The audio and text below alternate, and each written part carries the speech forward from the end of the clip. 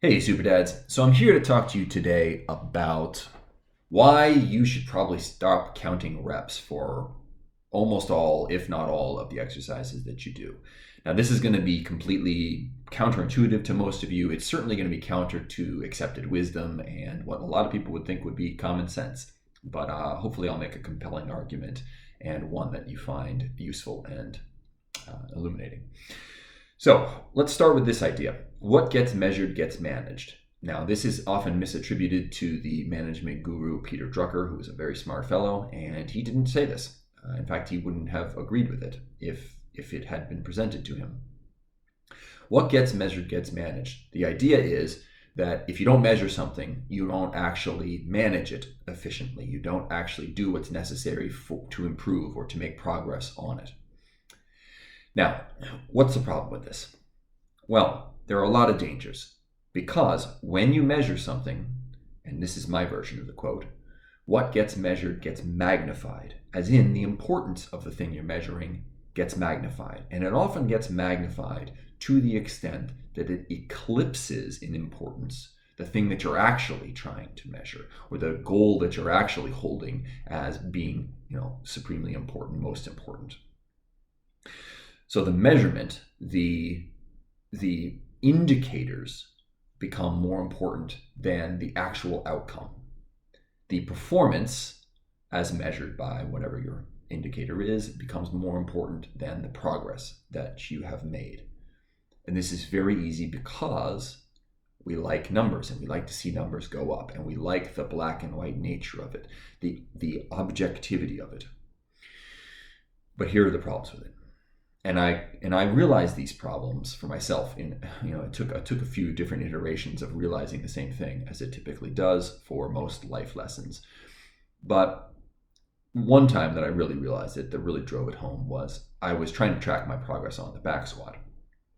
And so I was measuring, what I did was I recorded myself, and I both recorded myself and I counted reps. So I recorded one, and then 3 weeks later, I recorded another, and I was training throughout those 3 weeks. And over the course of those 3 weeks, maybe it was 2 weeks, my numbers increased. So I was able to do something like 3 more reps with the same weight, which, if you take that at face value, it represents a significant performance increase.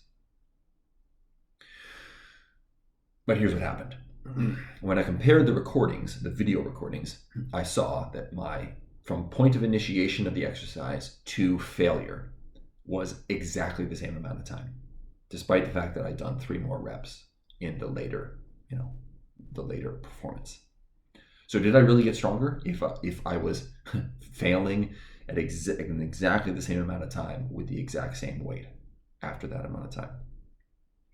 You could make an argument that I moved the weight more during that time, but the strength increase there is, if there was one, is not nearly as significant as it appears, because the time under tension was exactly the same.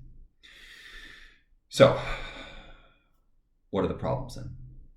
Well, another time I realized this was when I was doing a challenge to get to 100 push-ups in a single set. And you start off with 10, 20 push-ups, something like that. Now, when I did the back squat stuff, my reps were still good. I was just speeding them up. I was just doing them faster. The technique was still good. With the push-ups, when I got to doing a set of 100 push-ups, the push-ups that I was doing to get to 100 were nowhere near the quality of the push-ups that I was doing when I was doing sets of 10 or 20 in the beginning of the program. I wouldn't necessarily call them cheat reps, but the range of motion wasn't there. Not hardly.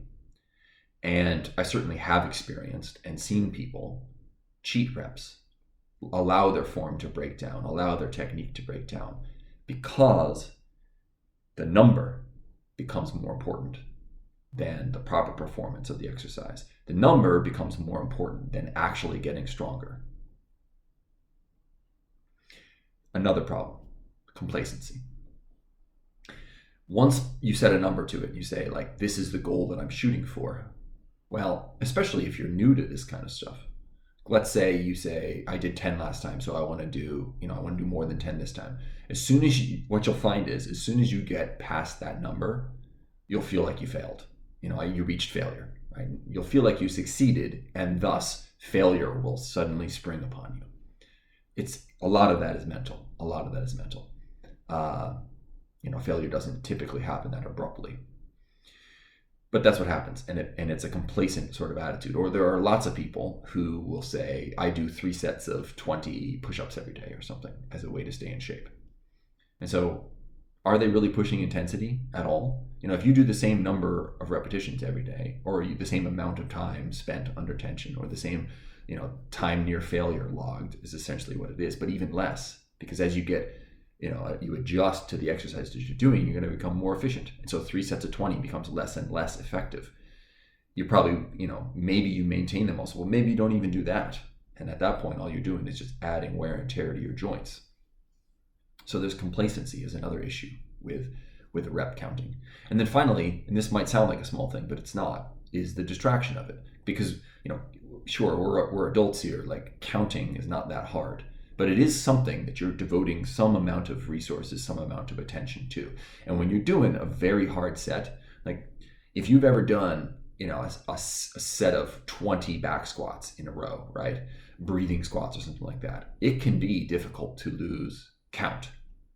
And that's a rough place to be. You're exhausted, and the tendency in that situation would be to you either personality wise fall into the camp that's going to say, well, I just go with the number that I know I absolutely got, even if it means I lost a few reps somewhere along the way. Or if you're a shortcut taker, maybe you say, well, I think I'm at 17, so I'll just make the next one 18, even though you're not entirely sure. But regardless, it's a distraction. As you get closer to failure, as each rep becomes more demanding, you need more mental resources, not just physical resources, but mental resources devoted to the act of making yourself continue through that exercise, of pushing yourself through it, and maintaining proper technique, because that is a huge, huge portion of what makes high intensity style training effective, is that the technique is correct, which prevents injury, which allows you to train consistently. So those are 3 problems with it. I would say cheating is the biggest one, because it happens subconsciously. It's a slippery slope sort of thing. You make a little bit of a sacrifice here, or a little bit of a compromise there, and then the next week, and this is in systems thinking and in systems archetypes, this is called eroding standards. Once you allow the standard to erode just a little bit, that becomes a new standard. And you allow it to erode a little bit more, compromise again, and that becomes a new standard. And before you know it, the standard has basically just been exploded into non-existence. So how do we then get a progress measurement that is somehow actually tied to our real progress that we're making? Well, I'm going to recommend 3 possible things. Okay. The gold standard, I think, is recording on video yourself doing a set and then comparing the video recordings. Because if you do that, there's no mistaking. You can see that progressive overload or improvements, strength improvements, don't always just show up as doing more repetitions. It can be more time under tension. It can also be better technique, better form. There are a lot of ways that can show up, and you can see all of those when you compare 2 videos. Now, it's a pain in the butt to video record yourself, and especially if you're going to public gyms and that kind of stuff, right? But even if you're working out at home, it takes a lot of extra setup, and then comparing, it's just not as easy. So the second thing to do would be to time yourself.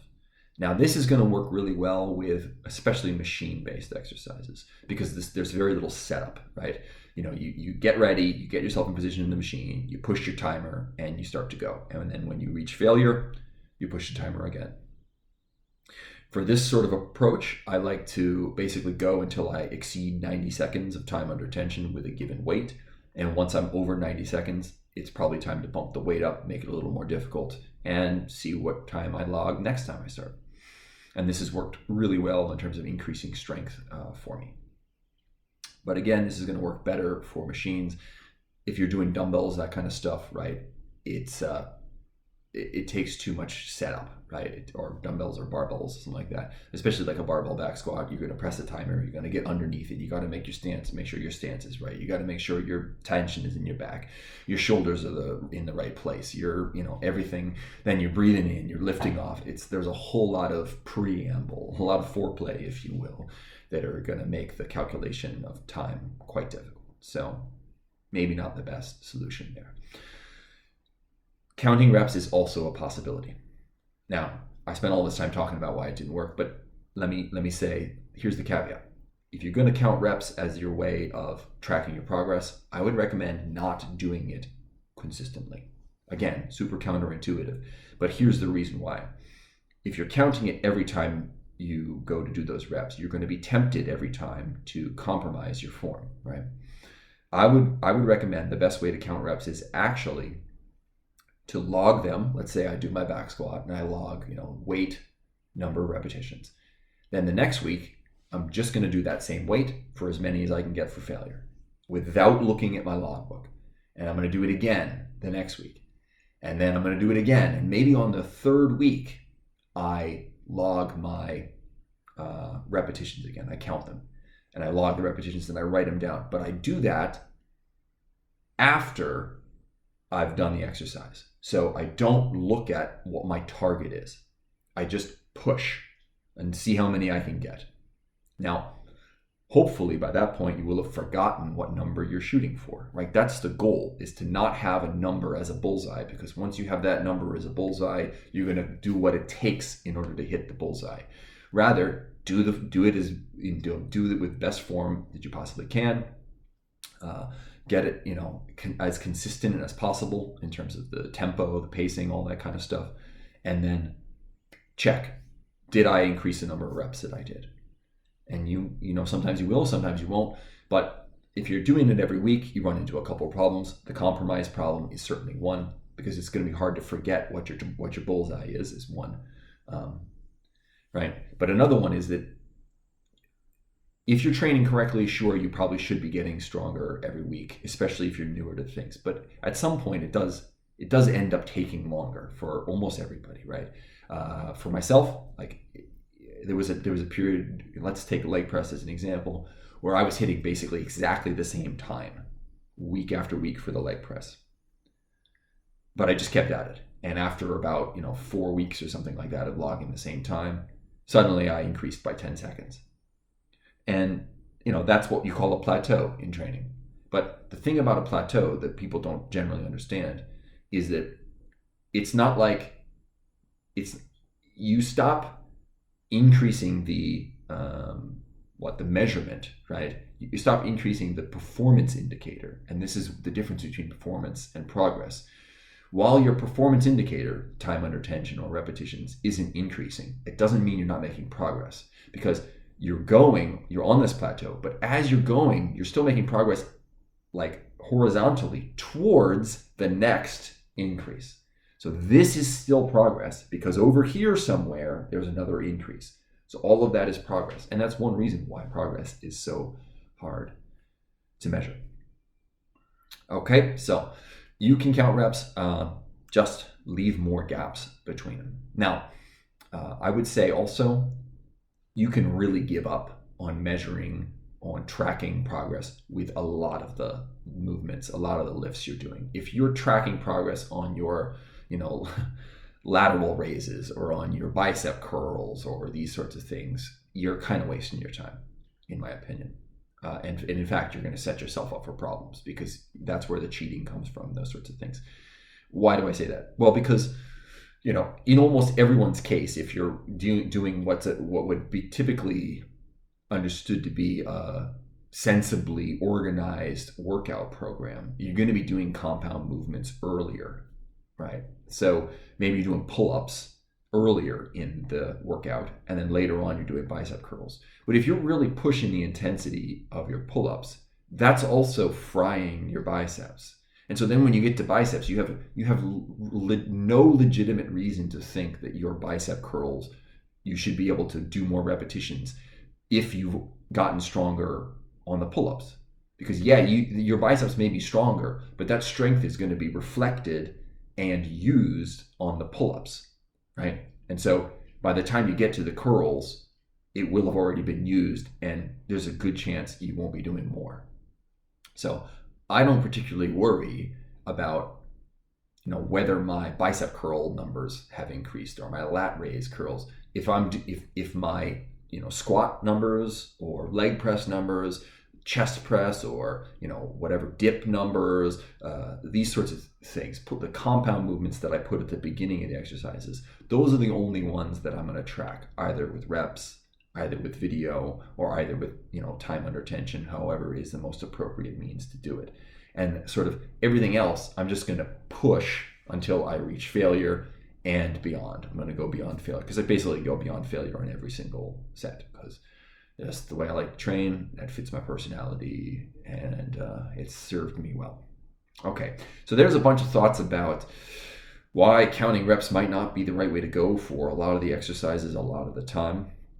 It's not the worst thing to do. It's just an imperfect solution that can often cause more problems than it creates opportunities, or than it adds benefit for many people, many exercises, most of the time. All right, so I hope that these reflections were in some way helpful. If you have any questions, you can drop them down below.